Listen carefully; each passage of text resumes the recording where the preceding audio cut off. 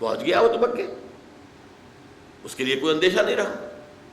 حکیم ابن حزام آتے ہیں، عتبہ ابن ربیعہ، وہی شریف النفس انسان، کہتے ہیں دیکھیے ہمارا قافلہ تو بچ کے نکل گیا ہے، اب لڑائی کی کیا ضرورت ہے؟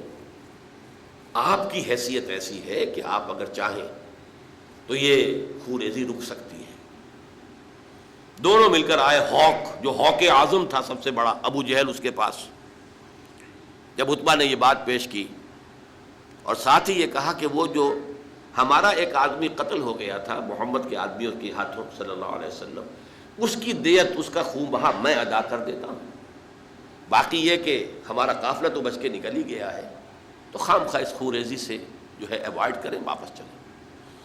ابو جہل نے ایک تو بلایا اس کے بھائی کو جو مقتول تھا کہ تمہارا جو بدلہ ہے وہ تمہارے ہاتھ سے جا رہا ہے، اور اس نے اپنے کپڑے پھاڑے اور چیخ ماری، اور جو بھی عرب کا رواج تھا کہ مجھے تو قصاص چاہیے، بدلہ چاہیے، مجھے کوئی خون بہا نہیں چاہیے۔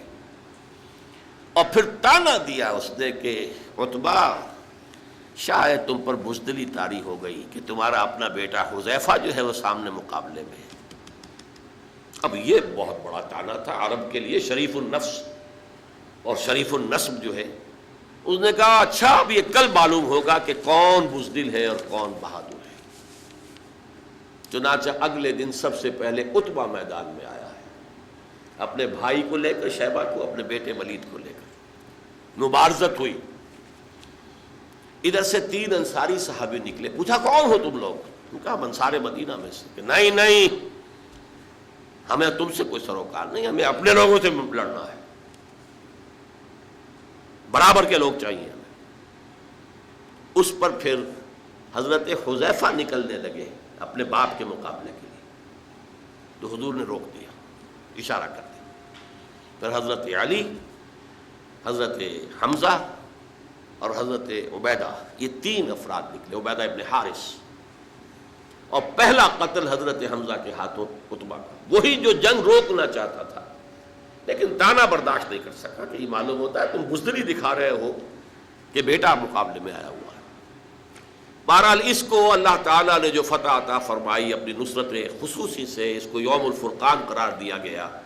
یہاں سے حضور صلی اللہ علیہ وسلم کی انقلابی جد و جہد آخری مرحلے میں داخل ہو گئی، آرمڈ کانفلکٹ، مسلح تصادم، اور یہ 6 سال جاری رہا۔ وہ 12 سال دعوت و تبلیغ، تربیت و تزکیہ، تنظیم اور صبر محض، کیپ یور ہینڈز فولڈڈ، کفو ایدیکم، وہ مکے کے 12 برس تھے۔ یہاں آ کر 1.5 برس لیا آپ نے، پہلے 6 مہینے internal consolidation of his position at Medina, اور پھر اس کے بعد تقریباً 1.5 سال۔ یہ تھے وہ جو آپ نے انیشیٹو لیا اور مہمات بھیجی، اور جو 8 مہمیں بھیجی، جن کے نتیجے میں پھر یہ آرم کانفلکٹ شروع ہوا۔ گویا کہ سانپ کو بل میں سے نکالا گیا۔ اور یہ میں جان بوجھ کر کہہ رہا ہوں، مکہ حرم ہے، وہاں جا کر حملہ اور وہاں جا کر کچھ تو خون جو ہے کوئی پسندیدہ شے نہیں تھی۔ قریش کو وہاں سے نکالنا ایسے ہی تھا جیسے کہ سانپ کو نکال کر باہر لے آیا جائے اور پھر اس کی گردن کچھ لی جائے۔ چنانچہ میدان بدر میں 70 قریش کے چوٹی کے سردار مارے گئے، کمر ٹوٹ کر رہ گئے۔ البتہ اس کے بعد ظاہر بات ہے جو میں نے کہا 6 سال کی جنگ، یہ ہے کنٹینیوس وار۔ یہ جن کو ہم جانتے ہیں یہ بیٹلز ہیں، battle of Badr, battle of Uhud, battle of trenches, غزوہ بدر، غزوہ احد، غزوہ احزاب وغیرہ وغیرہ، غزوہ بنی المصطلق، غزوہ خیبر، غزوہ فلاں، یہ غزوات ہیں، جنگ مسلسل۔ لیکن چونکہ محمد رسول اللہ صلی اللہ علیہ وسلم نے پوری تیاری کی تھی، افراد کو تیار کیا تھا، ان کا تزکیہ کیا تھا، ان کے اندر وہ ولولہ پیدا کر دیا تھا کہ ہر چہ بعد آباد جانے تک دینے کے تیار ہیں، نظم کا خوگر بنا دیا تھا۔ پھر ان کی للہیت اس درجے کو پہنچ چکی تھی کہ شہادت ہے مطلوب و مقصود مومن، نہ مال غنیمت نہ کشور کشائی۔ یہ ساری تیاری کر کے آپ اس میدان میں آئے تھے کہ یہ آرمڈ کانفلکٹ کا دور شروع ہوا۔ اللہ تعالیٰ نے کامیابی عطا فرمائی، جاء الحق وزہق الباطل ان الباطل کان زہوقا۔ سن 8 یا 9 میں یوں سمجھیے کہ یہ اندرون ملک عرب انقلاب کی تکمیل ہو گئی۔ البتہ اس کے بعد کا ایک مرحلہ ہے اور وہ سمجھ لیجئے کسی بھی سچے انقلاب کے لیے یہ آخری مرحلہ جو میں ابھی ذکر کروں گا یہ اس کا لٹمس ٹیسٹ ہے.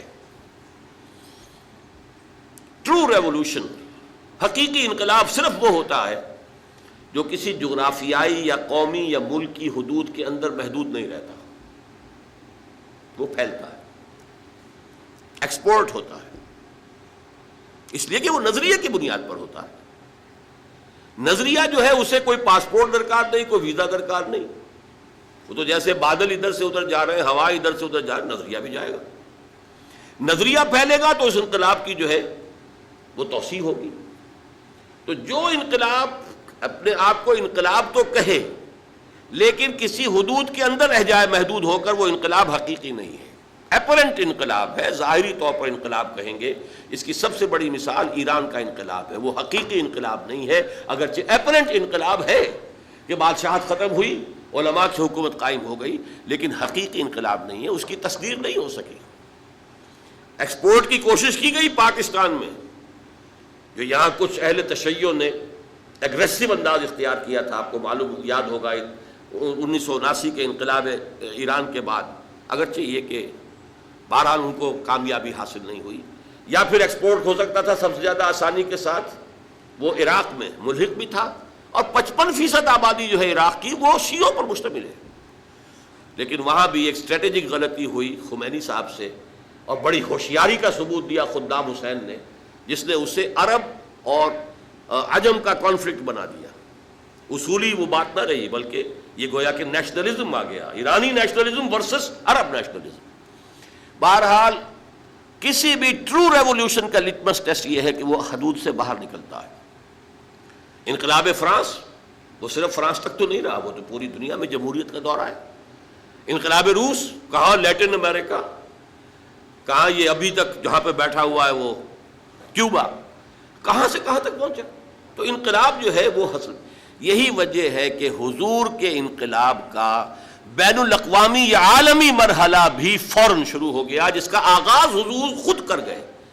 نہ صرف یہ کہ جزیرہ نما عرب کی حد تک انقلاب کی تکمیل آپ نے بنفس نفیس اپنے دست مبارک سے کی، بلکہ اگلے فیز کا انٹرنیشنلائزیشن، گلوبلائزیشن جو ہے اس انقلاب محمدی کی، اس کا بھی آغاز آپ نے فرمایا. اس کے لیے 3 باتیں نوٹ کر لیجیے.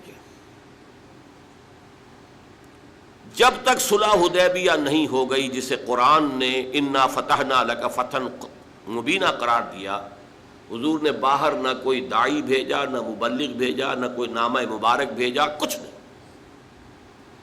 پوری توجہ عرب کے اندر ہی اندر، تاکہ یہاں انقلاب آ جائے. 10 برس آپ نے مکے سے باہر نہیں نکالا قدم، سوائے اس کے کہ عکاظ کا میلہ ہوا، وہ آس پاس کے قبائل میں آپ چلے جاتے تھے. آپ نے پورے 10 برس صرف مکے میں اپنی دعوت کو پیش کیا. اس کے بعد مزید 8 برس تک سمجھیے کہ آپ صرف جزیرہ نما عرب کی حد تک. صلح حدیبیہ کے بعد آپ نے نامہ ہائے مبارک بھیجے، ہرقل کو بھیجا، پرویز کو بھیجا، شہنشاہ ایران کو، مقوقس مصر کو بھیجا. اسی طریقے سے نیگوس نجاشی جو تھے ابیسینیا کے، انہیں بھیجا. وہ نجاشی فوت ہو چکے تھے جو ایمان لے آئے تھے حضور پر، اور ان کا تابعین میں شمار ہوتا ہے، اس لیے کہ حضور سے ملاقات نہیں ہو سکی تو وہ تابعین میں سے. صحابہ کرام جو گئے تھے وہاں ہجرت کر کے حبشہ، ان کی صحبت تو اس سے حاصل ہوئی، حضور کی نہیں. لیکن یہ کہ اس کے نتیجے میں آپ کے ایک ایلچی کو قتل کر دیا گیا، اور قتل کرنے والے وہ تھے کہ جو سلطنت روما کے باج گزار تھے. لہذا روما سے ٹکراؤ شروع ہو گیا. غزوہ موتا ہوا، پھر غزوہ تبوک. 30,000 کی نفری لے کر آپ جا کر تبوک میں 20 دن مقیم رہے. ہرقل چونکہ پہچانتا تھا کہ یہ اللہ کے نبی مقابلے میں نہیں آیا، لاکھوں کی فوج لے کر پڑا ہوا تھا اور شام میں موجود تھا، مقابلے میں نہیں آیا. بہرحال اس کا بھی آپ نے آغاز فرما دیا. جو پھر صحابہ کرام جو خلفائے راشدین کے دور میں پھر فوجیں نکلی ہیں، 3 کالمز، ایک سیدھا نارتھ کو، ایک ذرا سا ویسٹ کو ٹرن کر کے، ایک ایسٹ کو ٹرن کر کے، عراق سے ہوتے ہوئے ایران، اور ایران سے آگے ترکستان، جس کو کہ اس زمانے میں جو بہت بڑا ملک تھا خراسان، اس کی طرف پیش رفت ہو گئی. ایک سیدھا گیا ایشیائے کوچک، ایشیا مائنر کی طرف.